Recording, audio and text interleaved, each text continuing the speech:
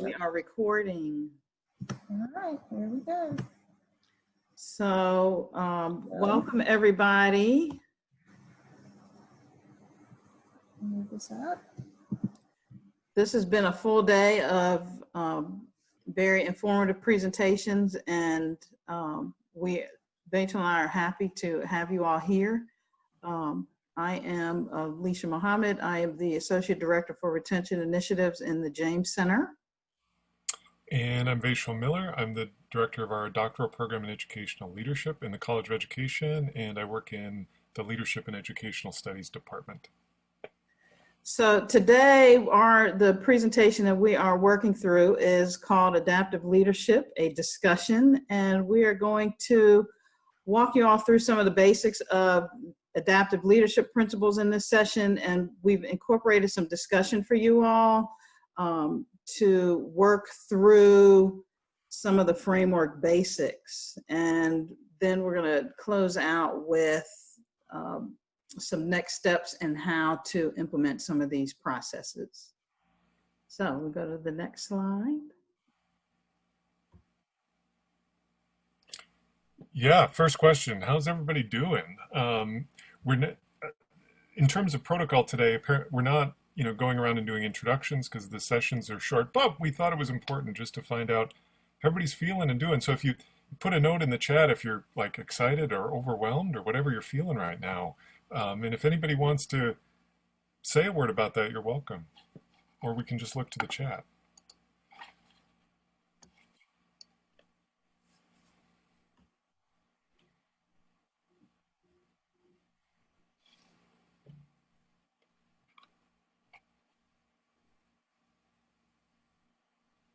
How's everybody's summers going? There we go. Okay, here we go. Awesome. Got inspiration and excitement, lots of information, feeling good, still excited, useful stuff. Excellent. Okay. Tremendous. And that's a huge credit to the team. I mean, Beth and Alicia and Blair and Emily, and there's been a whole team, right, putting this day together. So this is really a credit to y'all for doing adaptive work and making this happen. So thank you. Thank you. I know, right? You're right, Donna. You're still right. All right, so we want to go to the next slide. There we go. So we don't have poll technology here today. So before we get started in discussing adaptive leadership, the framework, some of the principles, we wanted to kind of get an assessment of where everybody is with this, with their understanding about what adaptive leadership is, how it's implemented, why it's one of the tools for leadership to help bring about positive change in organizations. So if you all want to put into the chat room where your experience level is, that will help Rachel and I work through some of how we discuss the topics today. So yeah, in the chat you can just put never heard of this before, no experience, or some experience, or hey, I got this. Some, little to none, just learning about it, no formal training. Okay. Perfect. You're all in the right place. We are. Just learning.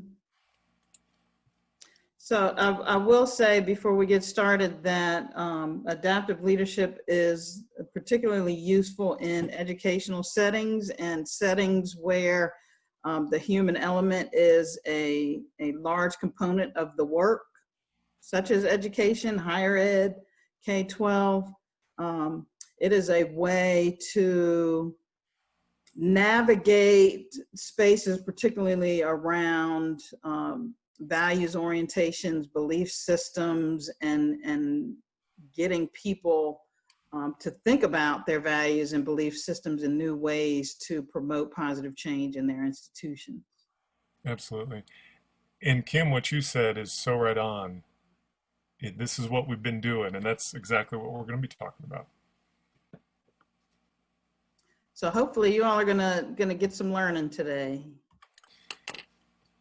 All right, so our starting point is this quote, and one of the main, if you remember a name from today of an author, it's Heifetz, Ronald Heifetz, and there's a book about adaptive leadership from 2009.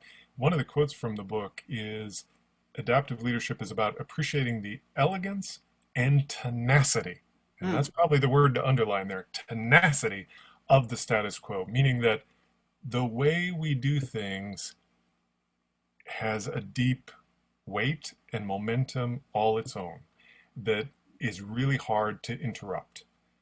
And that's because the status quo is so cemented in our institutions. That's what makes adaptive leadership really hard work, because systems tend to work for the people who have built them. And they've got a lot at stake in continuing the way they've worked. And so that's why this kind of change is difficult. But there's some ways Heifetz wants to give us of thinking about adaptive challenges that can help us out. All right. So, and this is, I think, what Kim was saying in her comment. Haven't we been doing this the last few months? Yes. This pandemic moment is a profound, profound moment of both adaptive and technical change. We're going to be introducing that in a minute. That's a key distinction in this framework of adaptive leadership, is the difference between technical change and adaptive change. We're going to walk through that in just a minute, but what we want you all to be thinking about is the relative weight in your work, in the groups and committees and discussions you're a part of, the relative weight, the balance in the scales between the emphasis folks are putting on technical challenges and adaptive challenges, and why that may be the case. So think about this, kind of the scale, the weight, because during the pandemic, it's pushing us to think about and really look in the face both adaptive and technical challenges, as we'll see. Okay, so what's the difference here? We wanted to walk through this briefly, and this is really the heart of Heifetz's understanding of adaptive leadership, is this distinction between technical and adaptive problems. Technical problems, the one on the left, and this is kind of self-explanatory. They're easy to identify. We can see what they are, and they've got relatively quick solutions. These are kind of the quick fix problems if we get the right people in the room, right? And even though these solutions can take a lot of work, they're solvable by bringing people together for expert knowledge. They can be changed. We can wrap some desks in saran wrap. We can put the hand sanitizer in front of the classrooms. We can measure the rooms.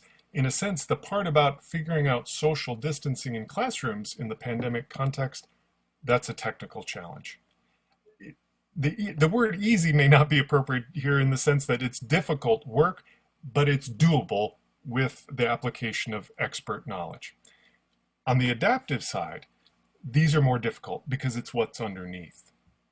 These are problems we don't want to maybe recognize we have because, as Alicia said at the beginning, they're challenges to our fundamental sort of ways of doing business, our norms, our beliefs, how the work gets done.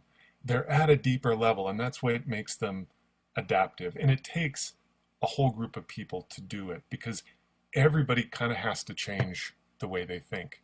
I mean, if you, in some of the other sessions that might have taken on issues of race, racial justice, anti-racism, profoundly in America today, those are adaptive challenges because they're asking a whole society to change its beliefs and norms. And you can see why that adaptive work is much more difficult. And there's more resistance, right? Because the status quo, the way our systems work for some folks, often those folks who have built them or hold power in those systems, and there's a tenacity of the status quo that doesn't want to change. So there's a real resistance to adaptive work. The solutions take time because they have to work out, and they require us to change our way of thinking and our way of doing things. It's not a quick fix, right? And there's no expert solution. We can't call the help desk on an adaptive challenge the way we can on a technical challenge.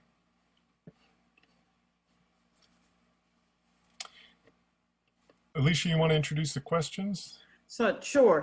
So we're going to go and spend some time in breakout rooms. We're going to put these questions in the chat box for you all. We really wanted you all to kind of think about your locations in a more in-depth way, and how you all might respond to some of the evolutionary and revolutionary changes that are occurring in your units and functional areas through the lens of adaptive leadership. So we want you all, we'll probably have 3 to 4 participants in a breakout room. So we want you all to think about, why do folks gravitate quickly to technical challenges over adaptive challenges, and talk through some of those reasons about what that looks like in your specific areas in your breakout group. Right, and Go ahead. sorry, no, just to go with that, I think if y'all could think about, especially in the pandemic circumstances, what are the technical challenges that your units, your departments have been facing, and what are the adaptive ones? And again, the adaptive ones may be hidden because they're the ones folks would rather not talk about or rather not deal with. So which ones are your units gravitating toward, and why? So first you can kind of identify them and then say which ones are we spending our time on. And then second, in this discussion, and we're going to have a nice time for you all to kind of discuss what's happening here. We want to look at how can we all in our specific areas of leadership, and realizing that leadership is not necessarily a formal position that you have been given. Leadership is the way that you do your work in your unit. So how can we take on adaptive challenges and empower evolutionary and revolutionary change in our units to work through some of the adaptive challenges that we are looking at? I know there's a lot of fear, and Vachel was in a task force in the Wright College of Ed around moving to the fall semester and what that looks like in the age of COVID-19. And that's a change that a lot of people are wrangling with. Leaders are wrangling with that right now. And he mentioned the age of anti-racist practices that we are all working towards in this era of Black Lives Matter, the murder of George Floyd, our practices in our particular disciplines around equity and inclusion. How can we take on adaptive challenges in these areas and empower change in our units at Appalachian effectively and successfully? And then finally, what does it look like if we commit to embracing adaptive challenges? How do we manage the balance with harnessing the power of technical challenges, because they're important, and solving them quickly, but using our knowledge of adaptive work and how to change and look at values in a way that we dismantle the status quo that we're working in right now. So I've posted these 3 in the chat room for you all. We're going to get into about 6 groups. It's going to be 2 to 3 participants per room. Let me see if I can do.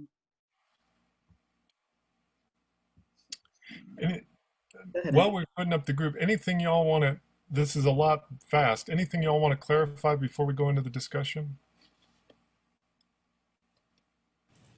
Would you just go back 1 slide so that I could look at the technical versus the adaptive again? Sure. Thank you. Sure. So again, the technical challenges and the technical work are, think about calling the help desk, calling in an expert. You can see that there's a problem, and it can be easily fixed, and everybody can agree on it quickly, and it's quickly doable. The adaptive, what's underneath the norms, the values, the beliefs, the ways of working that are hard to even name.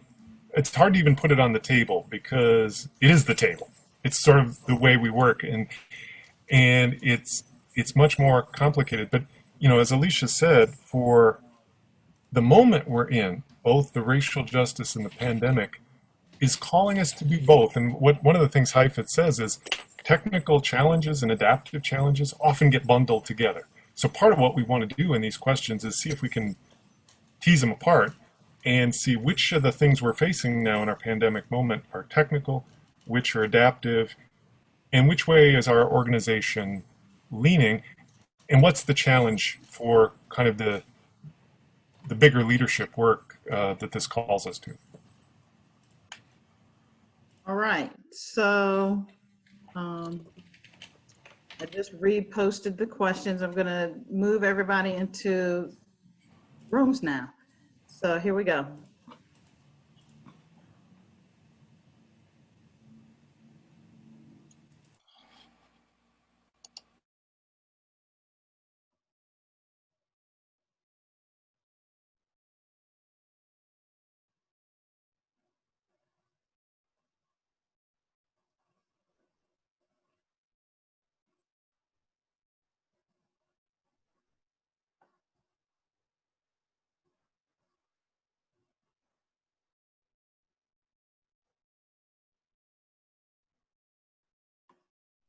Did I do that right?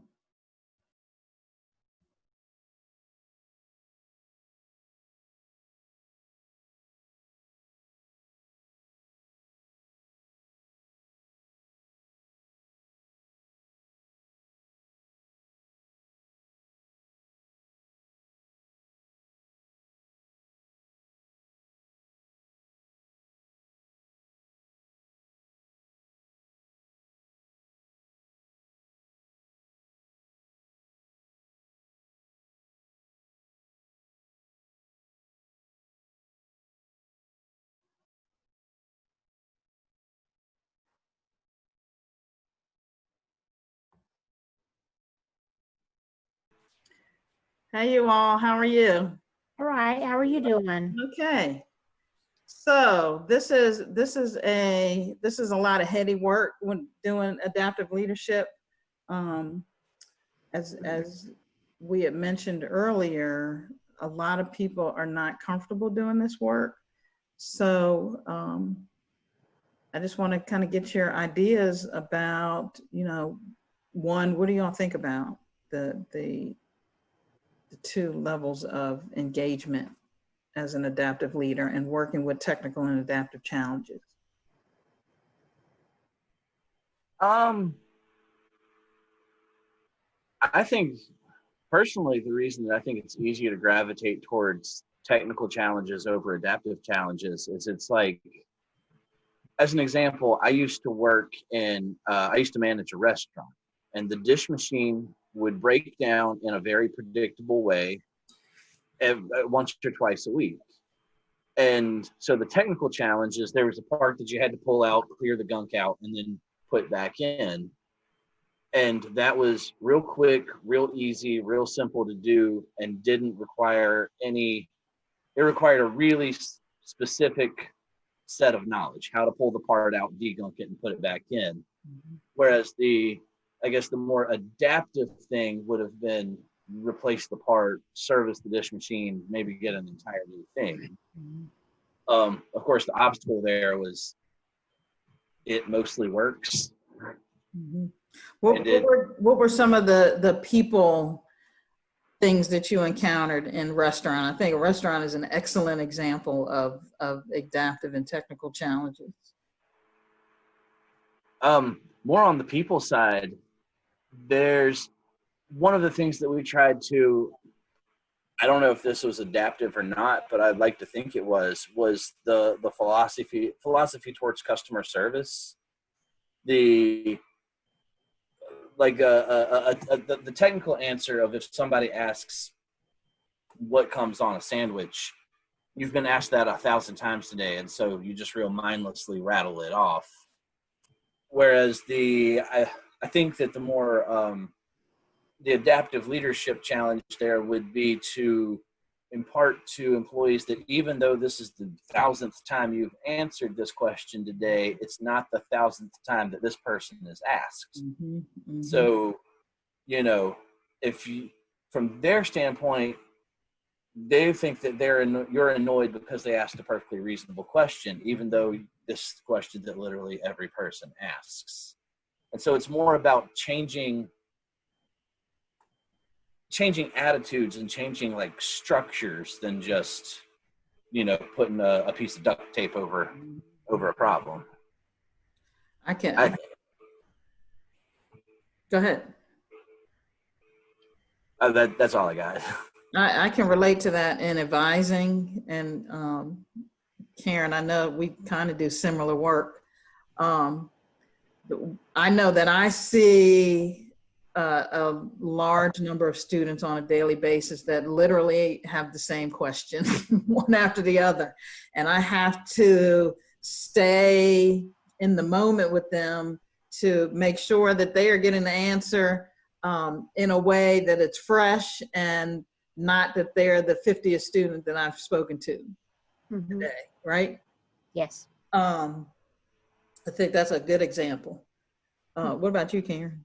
And right now, you know, it seems like the obvious, the 50th question every day is like, you know, what's going to happen in the fall? Are we moving to online? You know, and it's like that just seems to be, and we're waiting to find out too. You know, what's going to happen you know, I don't know, I guess if we had those definite answers, I mean, everybody's waiting to see what's going to happen. And I think our students know that we're waiting to see what's happened. We're pushing that decision date out as far as possible because we don't know what's going to happen tomorrow. We don't know what's going to happen next week or next month when classes start. And so we're just trying to make it the easiest possible for everybody. Mm-hmm. And I don't think our students are wanting an answer now, you know, and, you know, we can't give them that. And I wish I could. My hands are tied, you know. I'm waiting on just as much as the students are. And working at the ASU Center at Caldwell, you know, I'm going between what ASU is telling us we're going to be doing and what Caldwell's processes are going to be to handle it, you know, one entrance in and one entrance out. And ASU is going to possibly be using an app to make sure you know, follow all the guidelines, you don't have a fever and all this kind of stuff that the students can answer. I mean, that's what I've heard. And so, you know, that I try not to get frustrated because, like Christopher says, is like, you know, the students don't understand that we've heard this question and that our hands are tied and we're, you know, we're just waiting on the information as well. You know, and our students don't understand where our stress levels are, you know, as trying to find out as much information that's not being on campus or not being easily accessible to different things. You know, we've got to give them our 100% every time, you know, even under these crucial situations. For sure. Christopher, where do you work? I do event services for student clubs and Origin Student Union. Absolutely. So, speaking of scheduling, you bring to mind some examples of both the technical and adaptive challenge in terms of what we all do. So, technically, we can quickly throw up a schedule of the rooms that we're going to be using for on-campus seating and the classes that we're moving to online, right? That came out yesterday in our email. And I'm sure with the commandeering of the Student Center, Clemens, for classrooms, you all got the same information of how room use is going to be switching up, and Karen at Caldwell, how room use versus online is going to happen. The adaptive challenge for this, and this is coming from my personal experience with our Appalachian State students, that one, they are very reluctant to do things differently in terms of how classes and activities are delivered, particularly if they have to do something virtually. do not like virtual delivery of anything. So that brings up an adaptive challenge for each of us in our particular areas, I think. And how do we manage the necessary changes that we have to make and ensure that our students are still receiving what's in their mind the best service possible, but being in an environment that they're not used to and they don't like being in, the virtual classroom, Right. right? Yes. And that's something we can't look at overnight, right? So I guess I'm going to that second question. What does that look like? How do we empower ourselves as the leaders in this time period? In the example of moving to some sort of hybrid delivery system for activities. I'm an advisor for NSLS, and they're hoping that they're going to be in Plemons, but I was like, you're not. Well, we might, Dr. Mohammed. It's not official, but yeah, you're not. So I have to navigate that space with them. And even our national office is like, oh, I'm sure you all will have some form of space on campus. And I'm like, no, we're not.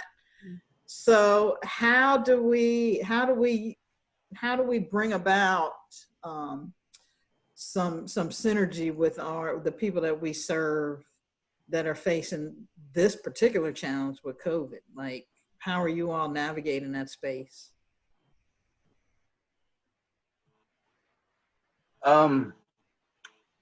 For me, I think one of the first challenges is just getting widespread buy-in, not just from students, but from faculty who, surprise, you have to teach an online or a hybrid class that you weren't planning on.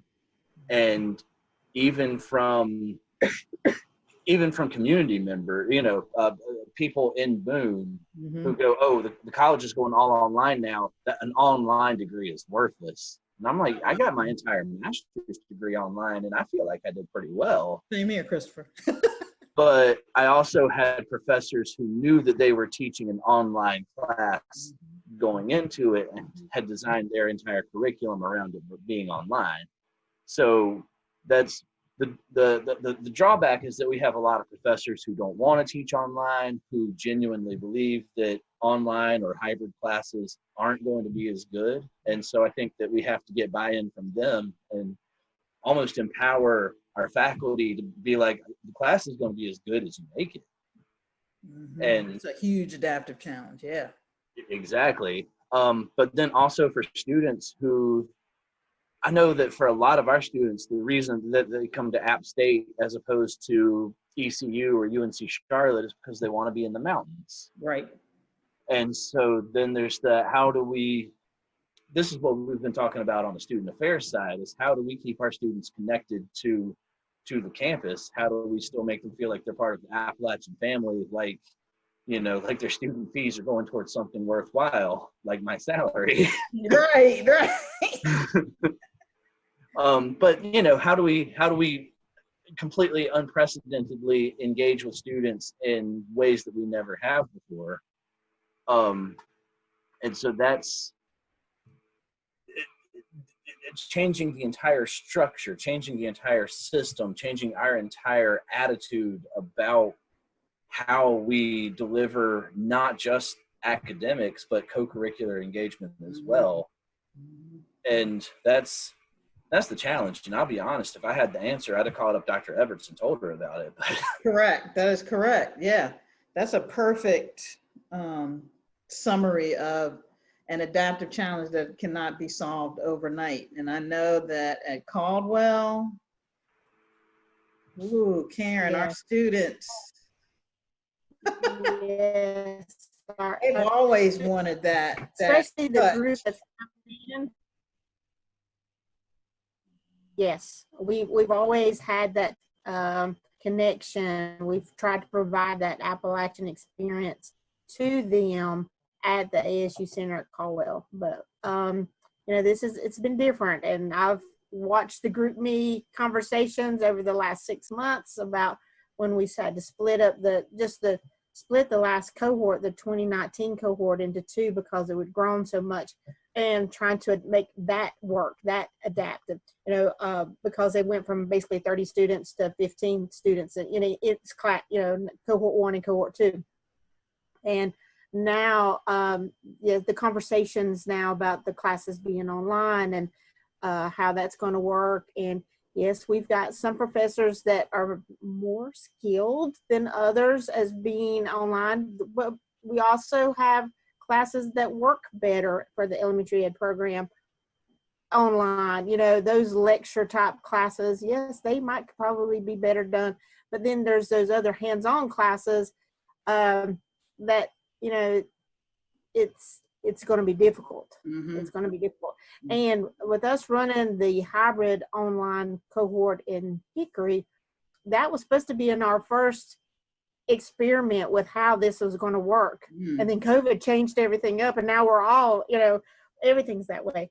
But I also work with the other cohorts that are already online, and those programs have already adapted to giving a Appalachian Experience program, just like on the main campus. The Communication Studies program, the Communication Advertising, those are programs that they know how to deliver the what's needed to get that, that have that experience, and assuring the students that we're still there. My office is probably going to be moved. That's what they're talking about. So I may not be readily available like I have been in the past. Oh my So, God. but when we come in there in the fall and the students aren't going to be able to we don't know for sure. They may not be able to see me.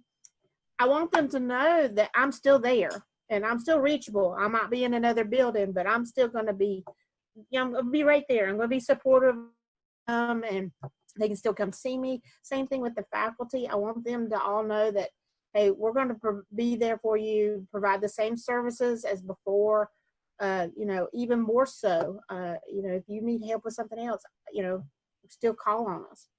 And I think that's being adaptive. We're going to have to identify those new changes because lots of stuff are going on, not just of COVID, but just all sorts of things.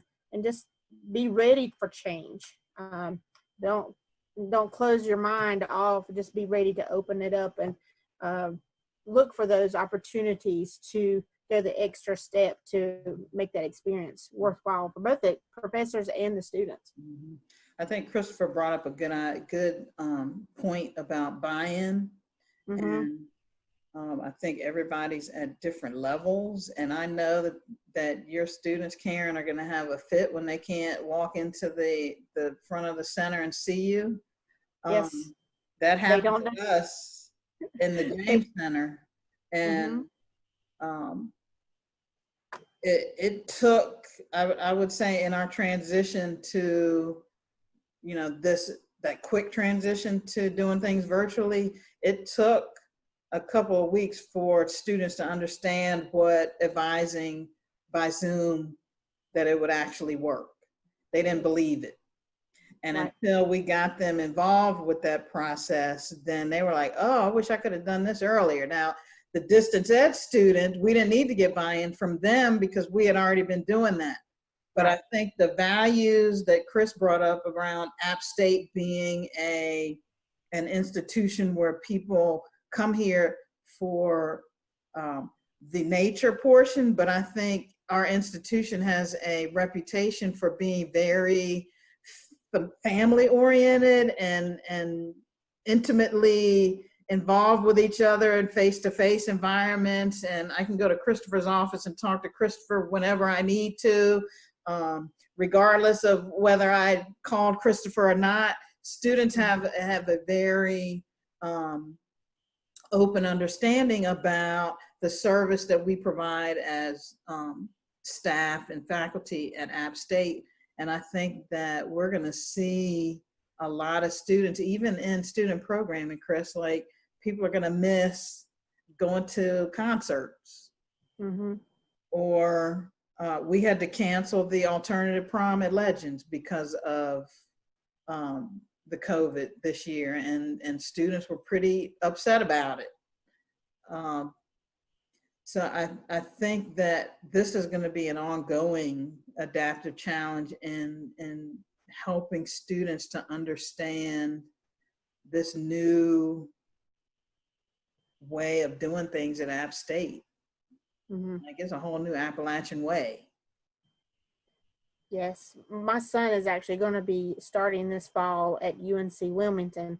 And so I'm listening to what I'm hearing from them and, trying to determine things to compare with Appalachian, and trying to sort out what they're doing for their students and using that for me as well, to make our experience better, because they're the same way. They've not heard anything. They're waiting the same as we are. So, we're all having to just make these changes, like you said. Yep. All right. Well, I'm going to close the room. We did our 15 minutes. It was cool talking with you all. Please share some of what we talked about in the main session. All All right. Thank you. Thanks.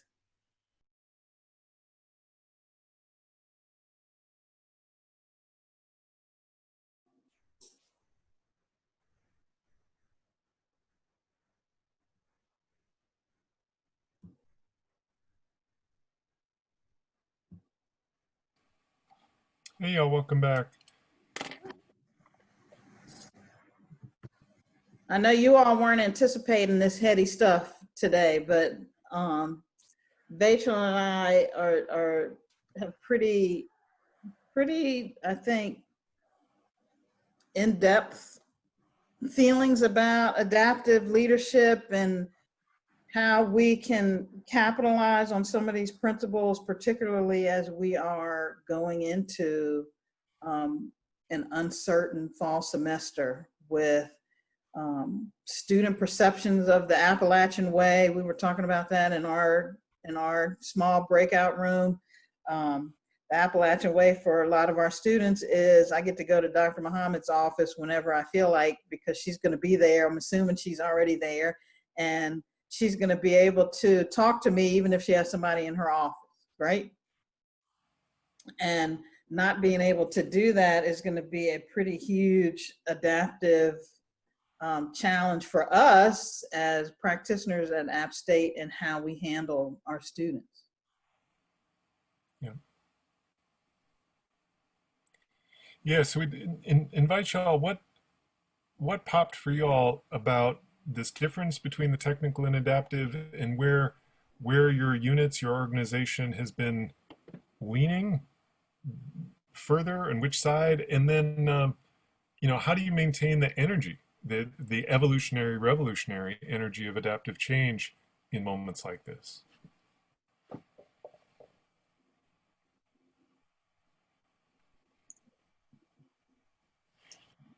Do you mind just asking the question one more time? Sure. I'm just kind of echoing the questions that we came in with, thinking about when you look at where you're working, in the discussion you all just had, when you think about those scales, right, the technical and the adaptive, where's the emphasis been in the last couple months in your areas, and why, and how would, from a leadership perspective, how do you tilt the scale toward the adaptive? Well, in our office, besides COVID and some of the other issues going on nationwide, we also have gone through a major reorganization. And so we've gone from 8 people to 20 people in our office. And so that has really forced a lot of conversations, a lot of changes. When you pull 2 offices together where they've done something one way and they've done something another way, and then try and collaborate it together, and doing all this remotely through Zoom, we've had lots of fun. Right. So, I mean, Kim, that's a perfect example, because part of that might be technical around, job roles, responsibilities, those day-to-day, but the deeper part is really the adaptive of you bringing 2 cultures together. It is. And those cultures have to find a third kind of a common way. And so we're merging how one group and another group has done it to try and have so transfers and online. And so we want it to be so that they are more similar in how we recruit them, we transition them in, we serve them. But yeah, one group saying, well, but this is how we do it. We have teams, we do it this way, we do it this way. And then we're here saying, well, we kind of use chat and see who's available, and it's more cross-trained. And so it's been interesting, Karen and Beth can attest, to learning how other people have done it and seeing how we can come together to make almost a third vision. You know, we have one vision, we have two visions, and then we want them to collaborate into a third vision. One that everybody's on board, hopefully. In your situation, Kim, what just kind of struck me as though is I think there is at least this not only permission, but this expectation that you are expected to adapt and create a new, like you're supposed to adapt. You're going to need adaptive leadership to get through that. Yeah. And in my group, what we talked about is at least specifically related to the pandemic and how this university is supposed to move forward. I think I'm waiting, like, I'm not sure who's supposed to give us permission to move from a technical approach to this to an adaptive approach to this. And I'm not sure it's even at our university. I'm not sure where the permission's going to come from. And Right. so I only just kind of see that as, I think you've been given a permission, and like you're supposed to. Right. And Good point. Yeah. and then I'm not sure that third piece related to inclusiveness. I mean, there has been there's been permission given to try to think differently and to collaborate and discuss. That one is a little squirrelier because it's not an organizational structure. It's it's a whole system. It's our whole life. So, sorry. Go ahead. No, I'm sorry. Just because I see they're like similar, but they line up in these three different sort of buckets. Sure. Jessica, that is such a brilliant point. I mean, that is just that word permission. And I think that it's maybe a way to crystallize adaptive leadership is giving folks permission to do the deeper work, not and saying we need to do it, and giving, and if you don't have permission, it's doing it anyway. Because that's what makes adaptive leadership. Heifetz even talks about it. It's dangerous because some ways he's saying there are things you don't ask permission for because you're asking the questions to create kind of the disruption, to create reverberation where people have to start thinking about things that they didn't want to think about before, and you give other people permission to do that, and sometimes you do that without asking permission. Does anybody else want to add? Well, from a faculty perspective, I think there's a few of us faculty in this group. The technical part was, planning for fall. Are you going to teach face-to-face? Are you going to teach hybrid? Or, is there going to be that's easier. It's not easy, but it's easier in the sense that, you can make a list of things and then you can check them off, and the schedule is changed and the seats are rearranged, and that's done. But that doesn't address the fact that a class that I may have successfully taught for 4 decades in a classroom isn't going to be, I can't just do exactly the same thing. So for example, one of the classes, 2 of the 3 classes I'm teaching in the fall, I've taught online anyway. The third class, I'm looking at it and I'm thinking, I'm going to rewrite this class. If I try to simply recreate what I do in the classroom instead and do it on As You Learn, it's going to flop. The students are going to yawn. It's not what, I don't have the back and forth with the students that has the energy. So I'm going to change the course. This is my principles of language. And instead of spending a whole lot of time on phonetics and morphology and technical, you know, we're going to talk about principles of language, dialects, the value of speech, the value of different people's speech, how speech and identity. So I think for all of us, there's this, you know, saying, yeah, I'm going to go online. That's the technical part. But how to make that a success for the students is a much more difficult problem. Yes, it is. We did talk about that as well. I wanted to do two things. Could we get slide 8 put up? And then I wanted to ask about, I have a personal interest in international programming and the adaptive challenges there. Mallory, did you all talk in your group about some of those challenges you all had? Yep, we sure did. I'm happy to share. Would you? Yeah, definitely. I was talking with Rachel and Heidi about we started digging out of technical challenges back in November and December. What were some of the technical and adaptive challenges you all had to navigate? Our technical challenges where we had to get people out of countries. We had to bring students, faculty, and staff back. Sometimes they didn't want to come back. And so it was navigating parents and plane tickets and things being canceled and border closures and refund situations. We didn't want students to have to pay for programming that they didn't actually get to take advantage of, and also degree programs. So a lot of our students would have lost the end of their semester or were going on summer programs that were important to their course of study. And so those were our more technical problems. And then our office met and had a really, really open meeting about where we go from here in the face of not being able to send students abroad in the fall, not having as many international students on campus. Those are our more adaptive challenges. And really, we went back to our mission statement of why are we here and how can we still make this happen? And I told Rachel and Heidi, it was a really awkward meeting at first because it was met with like, well, why do we have to do this? And we've never done this before. We like the way things are. Is this about job security? That sort of thing.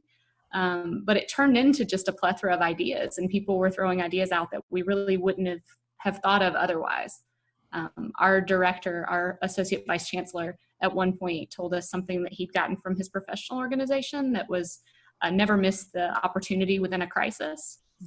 And so we're really looking forward to how do we operate now, and what things that we do now will we take with us into the future?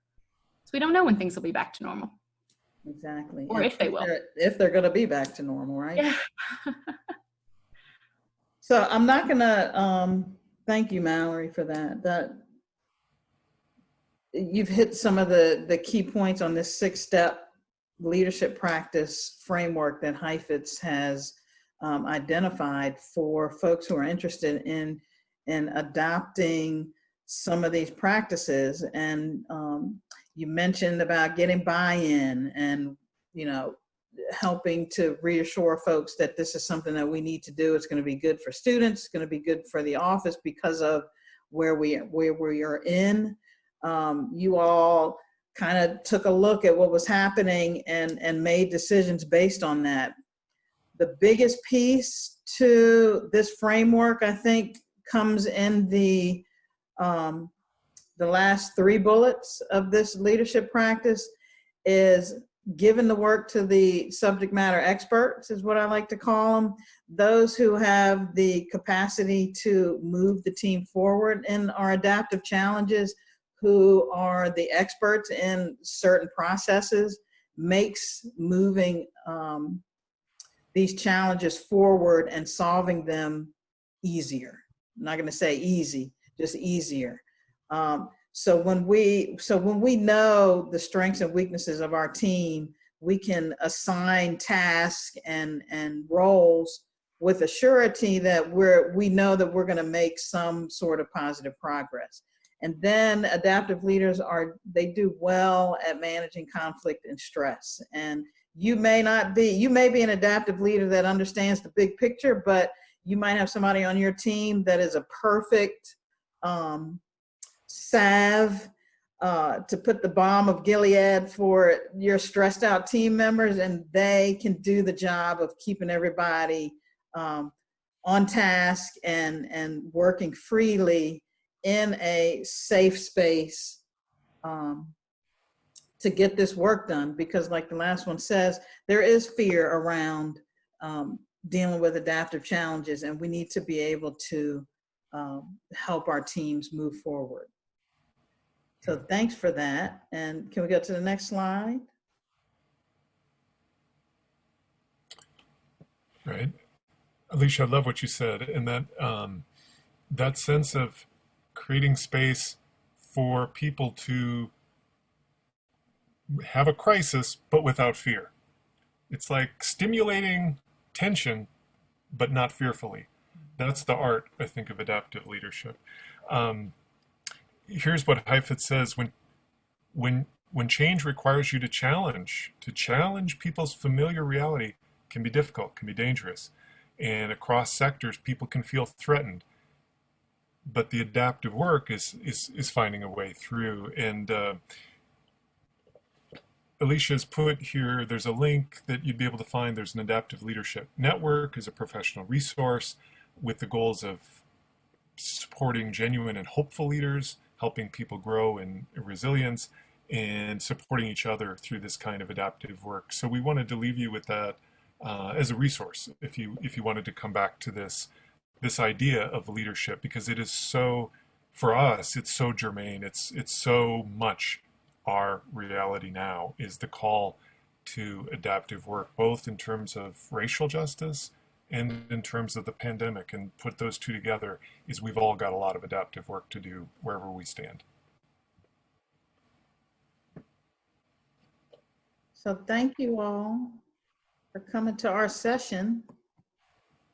We hope you got some tips and tricks to put into your toolbox as we move into this uncertain time this adaptive time that we're moving into in the fall. And again, this is recorded. Thanks, Beth, for helping to facilitate, and appreciate that. Thank you, Beth. And thank you all. Guys very much. We appreciate y'all being here. And everyone, there's one last session, roundtable discussion, if you guys want to pop in there and